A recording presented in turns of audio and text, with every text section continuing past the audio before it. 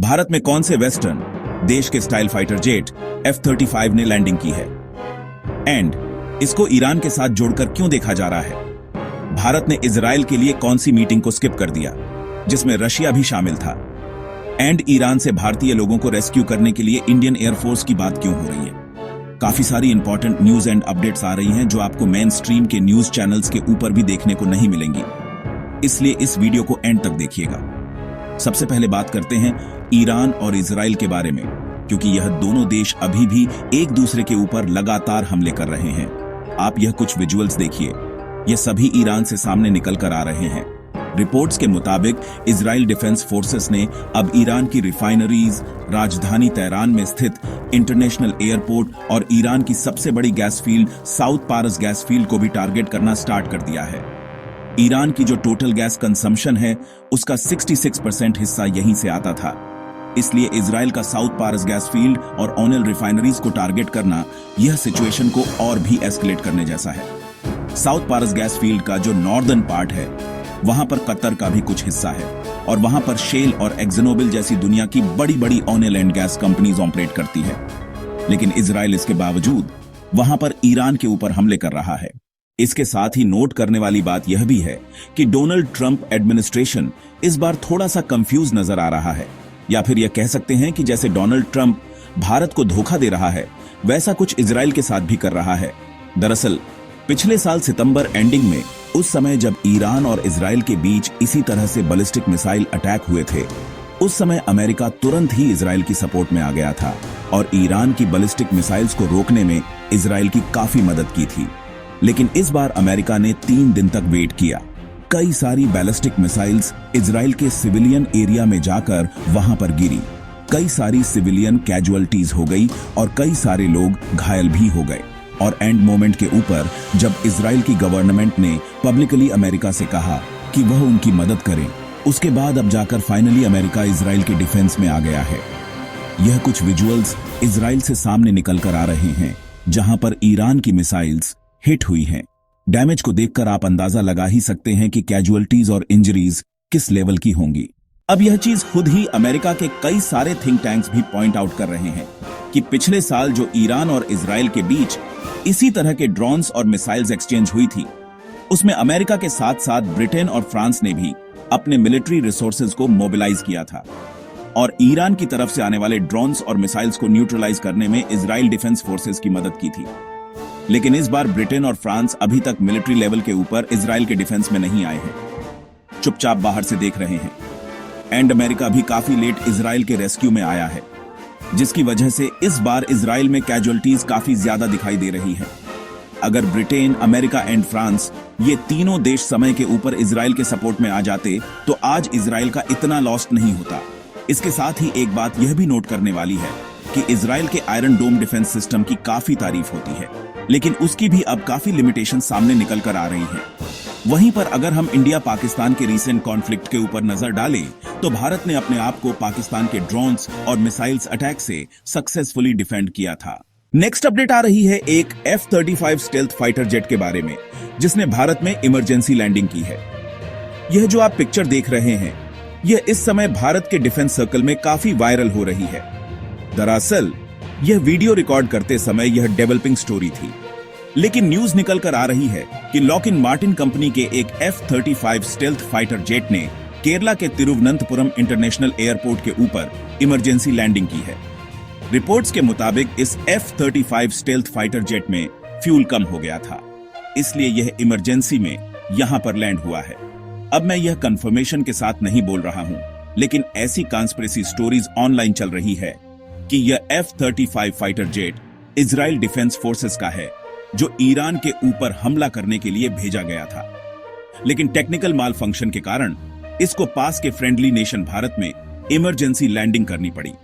अब पॉसिबिलिटी है कि यह F-35 fighter jet Israel defence forces का भी हो सकता है, लेकिन इंडियन ओशियन रीजन में अमेरिका और ब्रिटेन के भी कई सारे एयर बेसेस हैं और इन दोनों देशों के भी एयरक्राफ्ट कैरियर्स इंडियन ओशियन के रीजन में घूमते रहते हैं। अब यह F-35 स्टेल्थ फाइटर जेट इनका भी हो सकता है।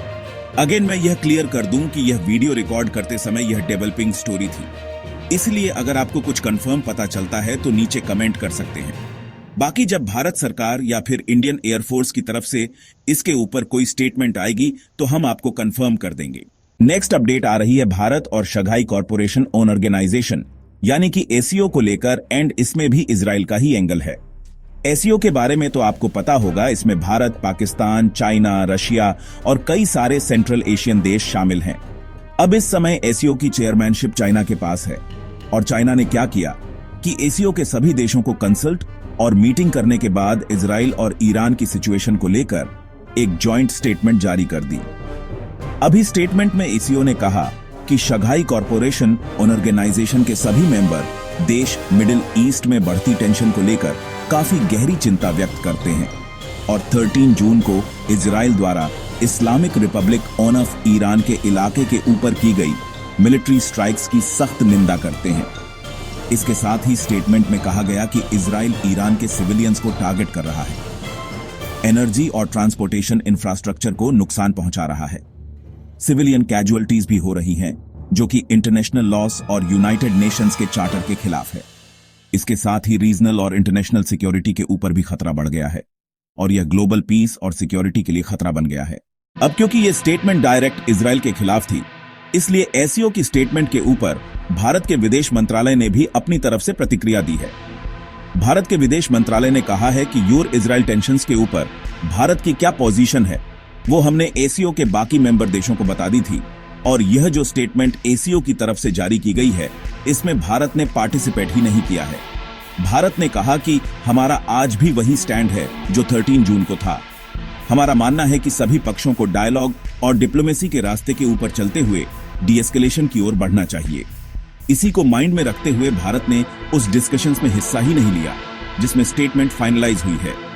यानी कि भारत के विदेश मंत्रालय का कहना है कि एसीओ की तरफ से भारत को भी मीटिंग के लिए इनवाइट किया गया था और बताया गया था कि एसीओ की तरफ से इजराइल और ईरान की सिचुएशन के ऊपर एक जॉइंट स्टेटमेंट जारी करनी है, तो भारत भी इसके ऊपर अपना इनपुट दे। अब हो सकता है कि यह मीटिंग ऑनलाइन मोड से यानी कि वीडियो कॉन्फ्रेंसिंग मोड से की गई हो, लेकिन भारत ने इस मीटिंग को अटेंड ही नहीं किया। मे भी भारत को पता था कि पाकिस्तान, रशिया, चाइना समेत एसीओ के ऑलमोस्ट सभी देश प्रो ईरान हैं। बाकी देशों ने भारत की बात तो माननी नहीं है, इसलिए भारत ने यह मीटिंग स्किप ही कर दी। अब भारत ने यह मीटिंग तो अटेंड नहीं की, लेकिन इसके साथ ही भारत ने यह बता भी दिया कि हम इस एसीओ स्टेटमेंट के साथ बिल्कुल नहीं है और यह हमारे विचार नहीं है। यानी भारत इजराइल के अगेंस्ट इतनी सख्त भाषा का इस्तेमाल नहीं करेगा और न इस भाषा का सपोर्ट करता है, इसलिए भारत की तरफ से यह क्लियरेंस आई है। नेक्स्ट अपडेट आ रही है पाकिस्तान और अमेरिका को लेकर। दरअसल आज 15 जून है और पिछले कल अमेरिका ने अपना 250वां आर्मी डे सेलिब्रेट किया था। न्यूज आ रही है कि पाकिस्तान के army chief field marshal Asim Munir को अमेरिका ने इनवाइट ही नहीं किया था। पाकिस्तान और भारत के न्यूज चैनल्स ने फेक न्यूज और प्रोपेगेंडा फैलाने की कोशिश की थी, या फिर यह भी कह सकते हैं कि भारत की नाराजगी के बाद अमेरिका ने यह प्लान ड्रॉप कर दिया था, क्योंकि एंड मोमेंट तक अमेरिका ने भी यह कंफर्म करके नहीं बताया था कि उन्होंने आसिम मुनीर को इनवाइट किया है या फिर नहीं। वैसे रीजन जो भी हो, लेकिन इंपॉर्टेंट बात यह है कि जनरल आसिम मुनीर अमेरिका के 204वें आर्मी डे के ऊपर चीफ गेस्ट नहीं था। नेक्स्ट अपडेट आ रही है ईरान में फंसे भारतीय स्टूडेंट्स को लेकर। आपको याद होगा पिछले कल मैंने आपको बताया था कि ईरान में भारत के हजारों स्टूडेंट्स फंस गए हैं। अब क्योंकि इजराइल ने ईरान के इंटरनेशनल एयरपोर्ट के ऊपर भी हमला कर दिया है एंड इस समय ईरान में सभी डोमेस्टिक और इंटरनेशनल फ्लाइट्स पूरी तरह से बंद हो गई हैं। इसलिए भारत के स्टूडेंट्स जो भी ईरान में प्रेजेंट है वो वहां पर पैनिकिंग कर रहे हैं और भारत सरकार से रिक्वेस्ट कर रहे हैं कि उनको जल्दी से रेस्क्यू किया जाए। और जैसे यूक्रेन से भारतीय स्टूडेंट्स को निकाला गया था, वैसा ही कुछ ईरान से भी इवैक्यूएशन प्रोसेस चलाया जाए। अब स्टूडेंट्स को मिलाकर भारत के तकरीबन 4000 लोग इस समय ईरान के अंदर प्रेजेंट हैं। इसमें से 1595 स्टूडेंट्स तो तेहरान यूनिवर्सिटी में ही फंसे हैं। अब इस सिचुएशन के बाद भारत के मशहूर पॉलिटिकल लीडर असदुद्दीन ओवैसी ने इन सब स्टूडेंट्स के लिए आवाज उठाते हुए मोदी सरकार के सामने एक डिमांड रखी है। ओवैसी ने भारत सरकार और विदेश मंत्रालय से रिक्वेस्ट की है कि यह सब भारत के लोग हैं और ईरान के साथ साथ इराक में भी सिचुएशन काफी खराब है और वहां भी भारत के 183 पिलग्रिम्स फंसे हुए हैं। इन सबको भारत सरकार इवैक्यूएट करके सेफली भारत लाए। ओवैसी ने कहा है कि इन सबको अर्जेंट इवैक्यूएशन की नीड है, इसलिए भारत सरकार तुरंत ही कुछ करे।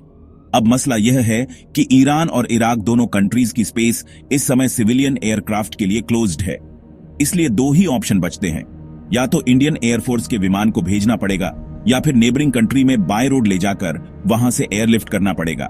लेकिन ईरान, इजराइल और ईरान की सिचुएशन देखकर तो इंडियन एयरफोर्स के एयरक्राफ्ट को भेजना यह काफी रिस्की प्रोसेस लग रहा है। आपको क्या लगता है कि ऑनगोइंग कॉन्फ्लिक्ट के बीच इंडियन एयरफोर्स को इवैक्यूएशन के लिए भेजना क्या यह सही होगा? हां या फिर ना? नीचे कमेंट करके अपनी राय जरूर बताएं। नेक्स्ट अपडेट आ रही है भारत और चाइना को लेकर। न्यूज निकल कर आ रही है कि भारत के डिफेंस मिनिस्टर राजनाथ सिंह जी इस मंथ के एंड में चाइना जाने वाले हैं। दरअसल चाइना में एशियो देशों के डिफेंस मिनिस्टर्स की मीटिंग होनी है, जहां पर सभी एशियो कंट्रीज के डिफेंस मिनिस्टर वहां पर प्रेजेंट होंगे और इसके लिए चाइना ने भारत को इनवाइट किया है। इसी मीटिंग में हिस्सा लेने के लिए राजनाथ सिंह जी चाइना जा रहे हैं। नोट करने वाली बात यह है कि साल 2020 की गलवान घाटी की घटना के बाद राजनाथ सिंह जी पहली बार चाइना के दौरे के ऊपर जाएंगे और चाइनीज डिफेंस मिनिस्टर के साथ वहां पर मीटिंग करेंगे। अमेरिका ने पाकिस्तान को प्रायोरिटाइज करना स्टार्ट कर दिया है, इसलिए भारत चाइना के साथ भी ऑप्शंस को एक्सप्लोर कर रहा है। और देखा जाए तो चाइना ने LAC से अपने ट्रुप्स को पीछे कर दिया था, उसके बाद कैलाश मानसरोवर यात्रा को भी स्टार्ट कर दिया है और अब दोनों देश डायरेक्ट फ्लाइट्स भी दोबारा स्टार्ट करने जा रहे हैं। इसलिए हो सकता है कि राजनाथ सिंह जी तभी चाइना के दौरे पर जा रहे हो। हर 24 घंटे के अंदर जियोपॉलिटिक्स में बड़े फेरबदलाव और उलटफेर हो रहे हैं और भारत के लिए नए चैलेंजेस आ रहे हैं। कोई देश अपने फैसले से पलट रहा है तो कोई देश ब्लैकमेलिंग के ऊपर उतर आया है। सभी देश एक दूसरे को नीचे लगाने की कोशिश कर रहे हैं। इन सब के बीच हमारा भारत किसी भी देश से पीछे ना रह जाए, इसके लिए मोदी सरकार लगातार कोशिशें कर रही है। एंड भारत की foreign policy, defence news, economy और ग्लोबल अफेयर्स का सही एनालिसिस हमारे चैनल इंडियन अफेयर्स का मिशन है और यह मिशन आपके सपोर्ट के बिना अधूरा है। इंडियन अफेयर्स हिंदी के ऊपर हम सभी फैक्ट्स और डाटा बिल्कुल सरल भाषा में एनालाइज करते हैं, बिना किसी एजेंडा के। अगर आप चाहते हैं कि इंडियन अफेयर्स का सही और ऑथेंटिक एनालिसिस आप तक लगातार पहुंचे, तो इस वीडियो को लाइक करें और हमारे चैनल इंडियन अफेयर्स को सब्सक्राइब करके बेल नोटिफिकेशन ऑन करना मत भूलिए। आपका एक लाइक हमारे चैनल को ग्रो करने में काफी मदद करेगा और एक सब्सक्राइब यह सुनिश्चित करेगा कि आप किसी भी इंपॉर्टेंट अपडेट को मिस न करें।